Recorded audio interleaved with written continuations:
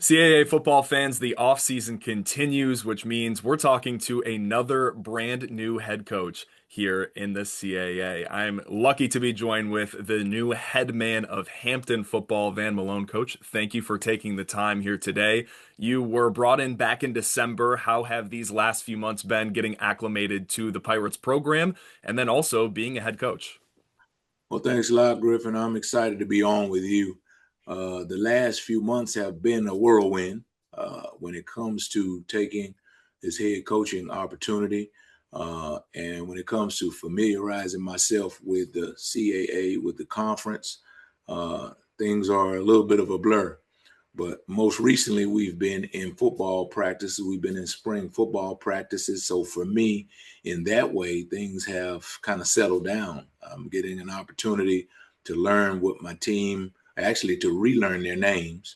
When they walk around the campus, you can see their faces. You can have an opportunity to talk to them. But when they get those football pads on, for some strange reason, they change. They're different. So you got to relearn your players again. And so that's been cool. But as we've gone through and instilled our culture into the players in this program, instill our systems within this building, that's been quite an experience for me in the first time getting an opportunity to do that. But we're excited about the future ahead for Hampton football. Well, we are very excited as well to have you as a part of our conference. And before we talk a little bit more about your background on how you ultimately got this position, I want to talk about the culture-driven decision that Hampton made to bring you in. I read a great article that said that you were brought in because of respect, integrity, and standard of excellence. Why was this opportunity at Hampton something that you just couldn't pass up? Well, for me, I've had an opportunity to build a lot of programs over the course of my career, be a part of the resurgence of SMU football. When we went to SMU, right, they were still struggling from the death penalty. And what I learned in those moments is that you have to create a culture to be able to find success. And you may not experience the success, but what you build many years later, you'll be able to look back at it. And so, in that moment, though, I learned what it took, and as we, as a staff, and even sometimes with input from our players, we began to build that culture at SMU. And now I look back. I'm not a part of that program anymore, but now I look back, I see what has grown, what is derived from that process. And so for me to see this Hampton program, a storied university with great history, but in the recent past, they just hadn't found that success. And so for me, making a decision to come here was easy because I have always found great joy, found pleasure in having the opportunity to go into places where the expectations are low from the outside, where people think you cannot do it. That's what they think from the outside. And to go in and have an opportunity to build it, right, slowly over the course of time and exceed expectations for sure that people would have on the outside, but sometimes even exceed expectations that you would have within your circle. And the unique part about this job too is there's the football aspect of rebuilding this program, but then the HBCU component in trying to develop the whole person. How did that also maybe impact your decision of the on the field component, but also developing the entire person off of it too?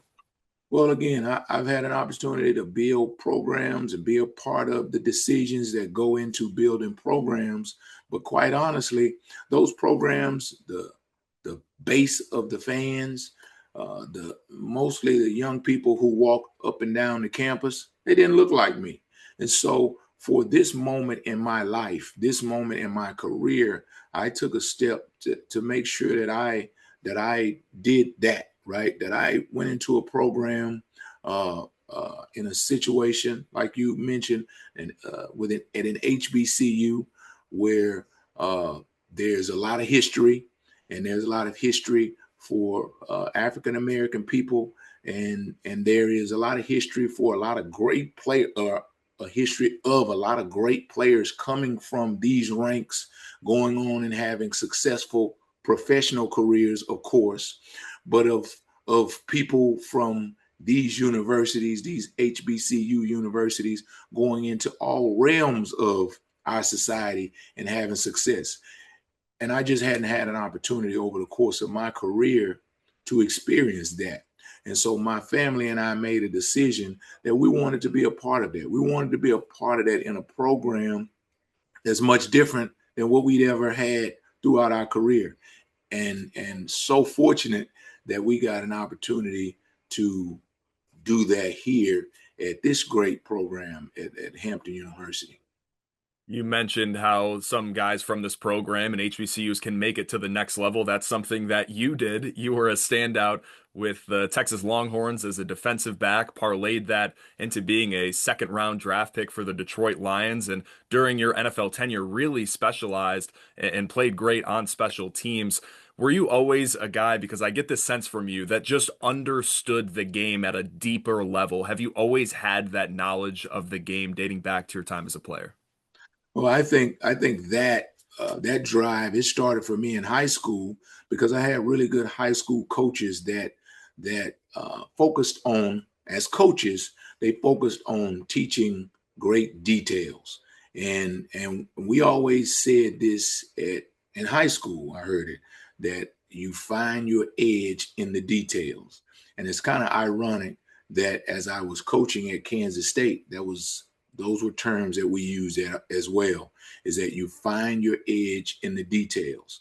And there's no more detailed situation of when you think about football than when you're operating on special teams. And so I think that to answer that question, yes, that is something that was put in my football life early, is going deeper.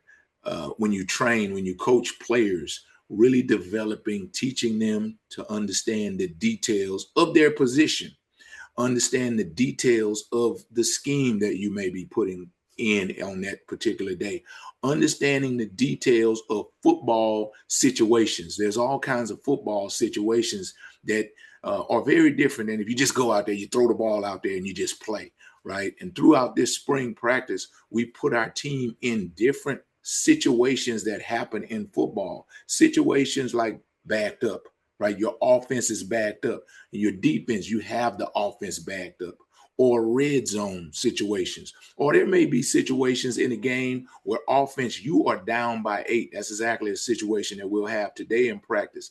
You're down by 8. So you're going to score a touchdown, but then you have to go for 2 points, right? And so if the time that you create that scenario is on the sideline, right, before you're actually going, or excuse me, the time you deal with that situation, that scenario is on the sideline before you have to go out and have your players execute. That's the wrong time.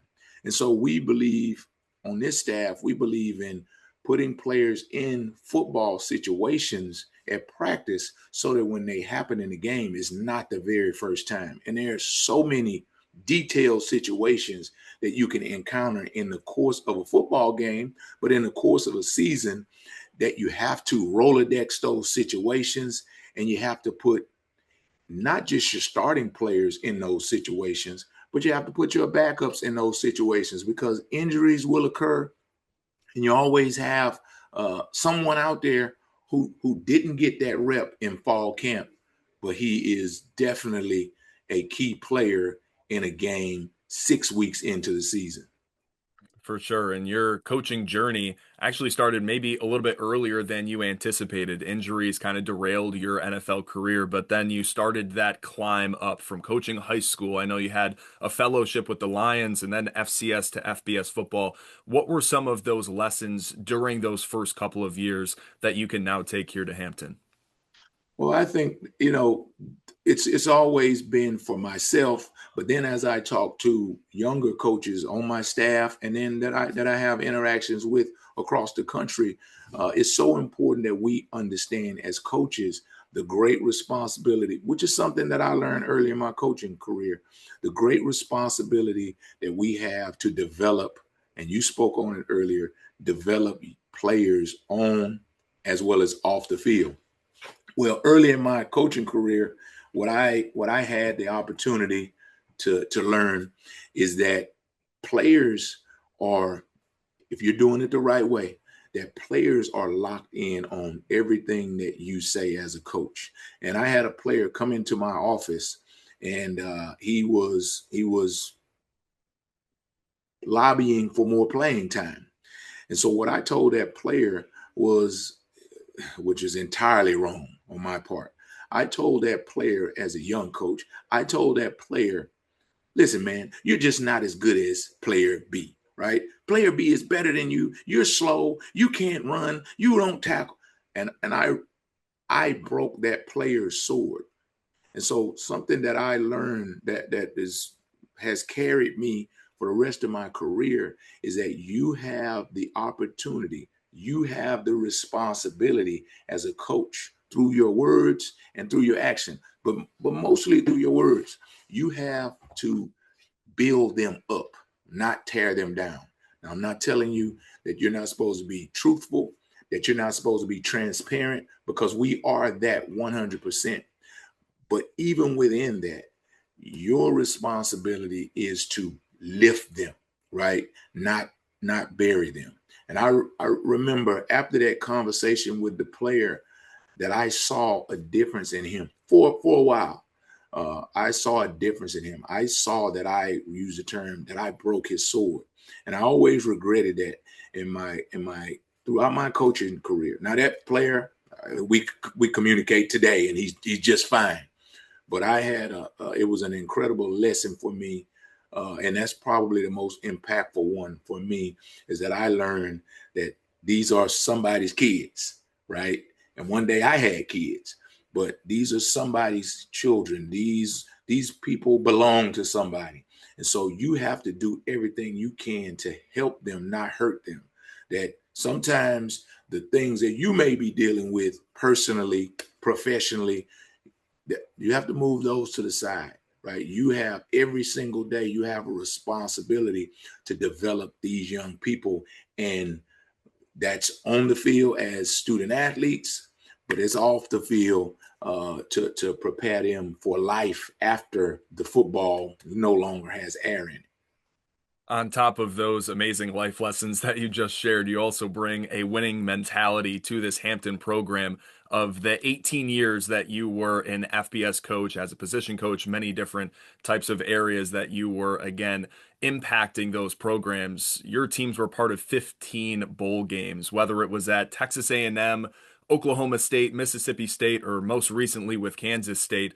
Those teams all really excelled on the defensive end of the field. How will that maybe translate to the Pirates as well, as a defensive guy yourself? Well, I don't get a chance to coach much, right? Some of these defensive coaches, they'll give me the ball every now and again and allow me to work one of the individual drills with the defensive backs. But I am so excited defensively as well as offensively and special teams. We have a really good group of coaches. And so the way that I have found that translation, the way that I see it happening for us, is that these coaches are going to do everything they can to develop these players. Like I said earlier, teach details, right? Teach fundamentals, teach situational football, and then demand a high level of execution. And I think that for us here at Hampton, man, that's a part of the key. Are we going to win the championship on day one? No, we're not going to do that, right? It's going to be a process. As we tell our players all the time, you have to trust the process. Our fans have to trust this process. Our administration, our campus stakeholders, they have to trust this process. We may do things a little bit differently than we've done them here in the past at Hampton University within this football program, but the way I believe is, if you continue to do the things you've always done, then you're going to get what you've always gotten, right? And we preach that to our players, but our coaches understand that. Our administration understands that. And I will continue to push that to our fan base, because we're going to win. right? We're going to win. There's a process that goes into winning, and we're going to follow that process, right? I always say to the players that winning is easy, right? What do I mean by that? As I explain it to them, you can go on YouTube, you can go on podcasts, and there's great coaches who've had great success. They're on those podcasts and on YouTube and on all these social media sites. They got videos to tell you what they did to win. There is a clear path to winning. So winning in that sense is easy. The difficult part when it comes to football programs and athletic programs and even big organizations is that, man, you got to have everybody on the same page doing the same thing at the same time. We have an exercise. Actually, we did a derivative of this exercise yesterday, is that we do what we call one perfect jumping jack. And so if you and I had to do the jumping jack, right, we said, all right, we're going to do one perfect jumping jack. And you remember Oh, calisthenics yeah. in elementary school, right? You remember how to do a jumping jack. And so if we did it together, right, you and I, we probably be on time. Both of our hands would go up at the same time. We bring them down, we slap our legs, and we put our feet together. We do it at the same time. Well, if you add 42 people to this exercise, it might be a little bit different because somebody's going to start a little bit later. Somebody's going to start a little bit earlier. Somebody's going to come down. He's not going to slap his legs. Or if we said, don't slap your legs, that person's going to slap your leg. So at the end of the day, this one perfect jumping jack or one perfect push up or one perfect whatever we decide to do, man, that takes a lot of communication. That takes a lot of people being on the same page. And even though I said winning is easy and there's a clear path to winning, the execution that it takes to win football games where you're relying on 150 people to be in place doing exactly what they need to be doing, and in the case of football games, for 60 minutes or more, there's where the difficulty lies. And so we in this program understand it's so important that everybody understands their role and that they are in place, right? And that when it's time to do the jumping jack, they must execute at a high level for as long as we have to execute in that way. I really love hearing that. And again, Coach, thank you for all this amazing insight. As we wrap up here, my final question with the players themselves and being a part of this rebuild, where do you feel like their level of buy-in has been throughout this and the talent as well, like you mentioned here in spring practice? Where do you feel like they're at in their path as we lead up to the season? Well, I think talent, man, it's great to have talent, right? But talent is only talent is a big part of it. Talent is only a piece of it, right? It's about the buy-in, like you talked about. It's about everybody understanding this is my role. This is what I'm assigned to do, and doing that, sometimes doing it when no one is watching. Sometimes doing it when the reward is not the same. Like when a guy scores a touchdown, right? Everybody's cheering and he knows and feels they're cheering for him, right? But the offensive line, the player who cleared the path for him to get to that end zone, he has to understand, you know what, man? They're actually cheering for you too. Now he may be the one in front of the camera, but he would not be in front of the camera if not for you doing your job. The young lady who is on our training staff, right? That young lady, she taped the ankles of that guy who went into the end zone. So actually, they're cheering for her. The young man who pulled the cameras, who pulled the headsets out so that the coaches could have the headsets, and the one who charged the batteries the night before, they're actually cheering for you too, because the play wouldn't get called if the coach has no means to get the call to the player, right? And so they're cheering for that person as well. And so for all the people in our program, them understanding that they are appreciated, that they are important, and that the execution, it just does not go to the players, right? But we can't win if players on the football field don't execute those plays that get called because the headset to charge and the young lady taped the ankles. They ultimately have to uh, they have to be able to execute at a high level. And man, I couldn't be more excited for the players that we have on this team, because I won't say to a man, but at this moment, about 85 to 90% of those young people are buying into what we're selling.